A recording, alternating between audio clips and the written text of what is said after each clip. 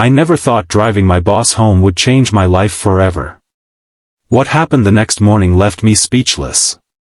If you're enjoying this emotional journey, please hit that like button and subscribe to our channel for more heartfelt stories that will touch your soul. Your support means everything to us. The rain pounded against the windshield as I navigated through the dark streets of downtown. It was nearly midnight, and I was exhausted. The company's annual holiday party had finally wound down, leaving behind empty champagne flutes and the lingering scent of expensive perfume.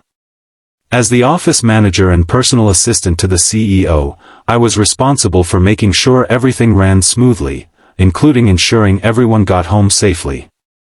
"Marcus, I think Ms. Reynolds needs a ride home," whispered Jen from HR, nodding toward the corner of the room where my boss, Eliza Reynolds, was attempting to gather her things, swaying slightly on her designer heels. I sighed, running a hand through my short dark hair. I'd hoped to get home early to relieve Mrs. Patel, my elderly neighbor who was watching my 6-year-old daughter, Lily. Being a single dad while working for one of the most demanding CEOs in the tech industry wasn't easy, but it paid the bills that had piled up since my wife's death 3 years ago. "Ms. Reynolds?" I approached cautiously. "Would you like me to call you a car?" Eliza looked up, her usually sharp green eyes slightly unfocused. At 35, she was the youngest CEO in our company's history, known for her brilliant mind and uncompromising standards. Tonight, however, she seemed vulnerable, almost human. "Marcus," she said, attempting to straighten her posture. "No need for a car service. I'm perfectly fine." As she took a step forward, she stumbled slightly. I caught her elbow instinctively. "With all due respect, Ms. Reynolds, I don't think you should drive. Let me take you home." For a moment, I thought she might argue. Eliza Reynolds never accepted help, but then her shoulders slumped slightly. "Fine. Just this once." The drive to her upscale apartment was mostly silent. I kept glancing at her in the rearview mirror, watching as she gazed out the window, her expression unreadable. I'd worked for her for nearly 4 years, but I realized I knew almost nothing about her personal life.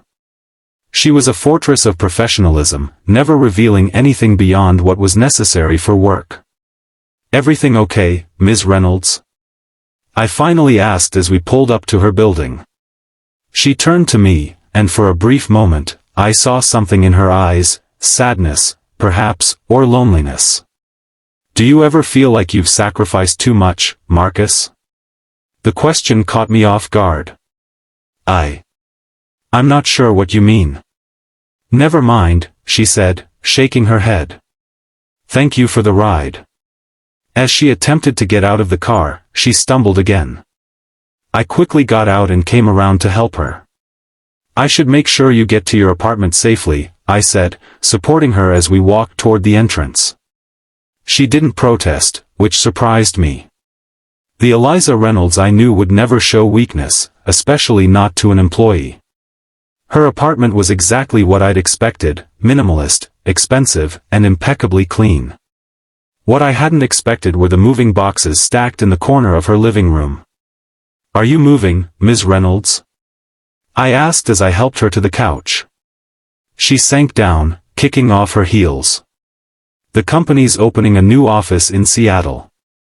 The board wants me there to oversee the launch." "Oh," I said, feeling a strange pang of disappointment.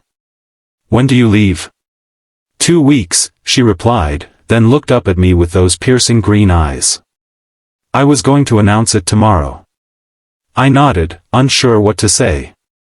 I'd grown accustomed to our professional relationship, to the rhythm of our workdays. The thought of working for someone else felt oddly unsettling. "Would you like some water before I go?" I asked, moving toward what I assumed was the kitchen. In the cabinet above the sink, she called after me. As I filled a glass with water, I noticed something on her refrigerator, a sonogram.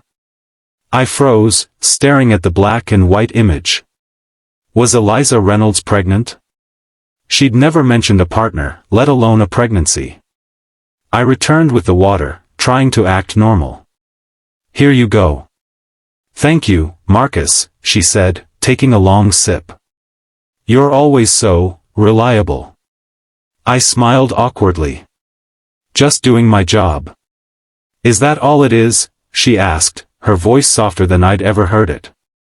Before I could respond, she continued, I've seen how you are with your daughter when she visits the office. You're a good father. I try to be, I said, surprised she'd noticed. Lily had only been to the office a handful of times when childcare fell through. My father wasn't, she said simply. He was brilliant but absent. Always working, always chasing the next big deal. I didn't know what to say. This was the most personal conversation we'd ever had. I should probably go, I said, checking my watch. Mrs. Patel is watching Lily, and I don't want to keep her up too late. Eliza nodded, then suddenly looked pale. I think I'm going to be sick. I barely had time to guide her to the bathroom before she was violently ill. I waited outside, feeling awkward but unwilling to leave her in this state. When she emerged, she looked embarrassed, an expression I'd never seen on her face before. I'm sorry you had to see that, she said, her voice hoarse. It's okay, I assured her. Let me help you to bed, and then I'll go. She didn't protest as I guided her to her bedroom. It was as minimalist as the rest of the apartment, with a large bed and little else. I helped her sit on the edge of the bed. There's a bottle of water in the mini fridge, she said, pointing to a small refrigerator in the corner of the room. I retrieved the water and placed it on her nightstand. Is there anything else you need before I go? She looked up at me, her expression unguarded for once. Would you mind staying? Just until I fall asleep. I don't feel well. The request surprised me, but I nodded. Of course. I sent a quick text to Mrs. Patel, explaining the situation and asking if she could stay a bit longer. She replied immediately, telling me not to worry. Eliza curled up on her side, still fully dressed except for her shoes. I sat in a chair near the window, feeling strangely protective. Within minutes, her breathing deepened, and I knew she was asleep. I should have left then, but something kept me there. Perhaps it was curiosity about this woman I'd worked for so closely yet knew so little about. Or maybe it was the sonogram I'd seen, raising questions I couldn't answer. After ensuring she was sleeping soundly, I decided to leave. I wrote a quick note explaining that I'd gone home and left it on her nightstand next to a glass of water and some aspirin I found in her bathroom cabinet. As I drove home through the now quiet streets, I couldn't shake the image of Eliza's vulnerable expression or the sonogram on her refrigerator. There was clearly more to my boss than the Ice Queen persona she projected at work. The next morning, I woke to my phone buzzing insistently. It was a text from Eliza, "Can you come over? We need to talk." My stomach dropped. Had I crossed a line last night? Was she going to fire me? After arranging for Mrs. Patel to watch Lily again, bless that woman's heart, I drove to Eliza's apartment, my mind racing with worst-case scenarios. She answered the door looking surprisingly put together, though perhaps a bit paler than usual. "Thank you for coming," she said, stepping aside to let me in. "Of course," I replied, following her to the kitchen where she was making tea. "About last night," she began, her back to me. "I want to apologize for putting you in that position. It's really not necessary." She turned to face me. "Yes, it is. I'm your boss, and I behaved inappropriately." I shook my head. "You were unwell. Anyone would have needed help." She studied me for a moment, then gestured to the living room. "Please, sit down." I sat on the edge of the couch, still unsure what this conversation was about. Eliza sat across from me, cradling her tea mug. "I saw you notice the sonogram," she said directly. I felt my face flush. I wasn't trying to pry. "I know," she interrupted. "And since you saw it, I might as well explain." She took a deep breath. I'm 4 months pregnant. I nodded, unsure what to say. What you don't know is that I've been trying for years. 5 rounds of IVF, 2 miscarriages. Her voice was steady, but I could see the emotion in her eyes. This is the furthest I've gotten. I had no idea, I said softly. Congratulations. A small smile touched her lips. Thank you. It's why I'm moving to Seattle. The board doesn't know yet. I wanted a fresh start, somewhere less intense than New York. Somewhere I could raise a child. I understand, I said, though the news still stung. Eliza was not just my boss but the best one I'd ever had, despite her demanding nature. Last night, she continued, when you helped me home, took care of me, it made me realize something. I waited, curious. I've been so focused on my career, on proving myself, that I've pushed everyone away. I don't have friends. I don't have family. I have employees who fear me and a board that respects me but doesn't like me. That's not true, I protested. People admire you. She gave me a knowing look. They call me the Ice Queen, Marcus. Don't think I don't know. I couldn't deny it. It was a common nickname around the office. The thing is, she continued, I don't know how to be a mother. I don't know how to balance work and family. I've never seen it done successfully. I thought of my own struggles as a single parent. No one really knows at first. You figure it out as you go. She looked at me intently. How do you do it? Raise Lily alone and still manage to be the most efficient employee I've ever had? The compliment surprised me. It's not easy, I admitted. There are days when I feel like I'm failing at both. But Lily, she's worth every sacrifice. Eliza nodded, then said something that shocked me to my core. I want you to come to Seattle with me. I stared at her, certain I'd misheard. What? I need someone I can trust, someone who understands both worlds, work and parenthood. I'll double your salary, provide housing, whatever you need. My mind raced. Move to Seattle? Uproot Lily? Leave the only home we'd known since her mother died? I don't know what to say, I stammered. You don't have to answer now, she said. Think about it. Talk to Lily. I nodded, still processing the offer. There's one more thing, she said, her voice softer now. Last night, when you were taking care of me, it was the first time in years that I didn't feel alone. Our eyes met, and something shifted between us, something that had nothing to do with our professional relationship. Last night, you made my belly bigger, she said with a small smile, placing a hand on her stomach. I looked at her, confused. With food, she clarified. You made me soup before you left. I found the empty bowl this morning. It was the first thing I've been able to keep down in weeks. I remembered now, I'd found some canned soup in her pantry and heated it up, leaving it by her bed in case she woke up hungry. It was nothing, I said, embarrassed by her gratitude. It wasn't nothing to me, she replied. It was kindness. Something I'm not used to. As I drove home later, my mind was a whirlwind of thoughts. Move to Seattle? Work more closely with Eliza? What would that mean for Lily and me? When I picked up my daughter from Mrs. Patel's, her small hand in mine felt like an anchor to reality. Daddy, can we have pancakes for dinner? She asked, her brown eyes, so like her mother's, looking up at me hopefully. Sure, sweetheart, I said, squeezing her hand. Anything you want. That night, as Lily slept, I sat at our small kitchen table, weighing Eliza's offer.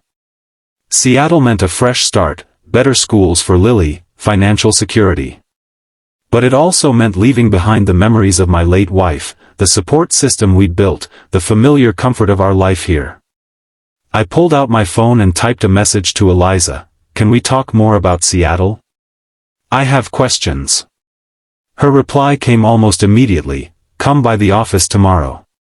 We'll discuss everything. The next day, after dropping Lily at school, I headed to the office earlier than usual. Eliza was already there, as I knew she would be. "Come in," she called when I knocked on her office door. She looked more like herself today, poised, professional, in control. But there was a softness in her eyes that hadn't been there before. "I've been thinking about your offer," I began. "And?" she prompted. "I have concerns," I admitted. "Lily's life is here. Her school, her friends, the memories of her mother." Eliza nodded. "I understand. That's why I'm prepared to make this transition as smooth as possible for both of you." She slid a folder across her desk. Inside was a detailed proposal, a generous salary, a housing allowance, a position at one of Seattle's top elementary schools for Lily, and even a clause about flexible working hours to accommodate my parenting responsibilities. "You've thought of everything," I said, impressed despite myself. "Not everything," she replied. "I can't replace what Lily has lost. I can't give her back her mother. But I can offer her, and you, a new beginning." I studied her face, seeing beyond the CEO facade to the woman beneath, a woman about to embark on her own journey into parenthood, alone and uncertain. "Why me?" I asked finally. "You could hire anyone in Seattle." She held my gaze. "Because you see me as a person, not just a boss. Because you didn't hesitate to help me when I needed it. Because..." She paused, seeming to search for the right words. "Because I trust you, Marcus. And I don't trust many people." Something warm unfurled in my chest at her words. "I need to talk to Lily," I said. "This affects her as much as me." Eliza nodded. "Of course. Take all the time you need." That evening, I sat Lily down and explained Eliza's offer in terms she could understand. "We might move to a new city called Seattle," I said. "It's near the ocean, and there are mountains and a really cool Space Needle." Lily's forehead wrinkled in thought. "Would I have to leave my friends?" "Yes," I said honestly. "But you'd make new friends at your new school." "Would Mommy's pictures come with us?" My heart clenched. "Of course, sweetheart. All of Mommy's pictures and her special things would come with us." She considered this. "Is Ms. Eliza nice?" "You said we'd see her more." I thought about how to answer. "Ms. Eliza is complicated. She can be tough sometimes, but she's also kind in her own way. And she's going to have a baby soon, so she might need our help." Lily's eyes widened. "A baby? Like Tommy's mom had?" I nodded, remembering how fascinated Lily had been when her friend's mother had given birth last year. "Could I help with the baby?" she asked, excitement creeping into her voice. "Maybe," I said, smiling at her enthusiasm. "We'd have to ask Ms. Eliza." Lily was quiet for a moment, then asked, "Daddy, do you like Ms. Eliza?" The question caught me off guard. "She's my boss, Lily." "But do you like her?" she persisted. Like her?" I felt my face warm. "It's not like that, sweetheart. We work together." Lily gave me a look that was far too knowing for her 6 years. "Mommy would want you to be happy," she said simply. Tears pricked my eyes. "I know, baby. I know."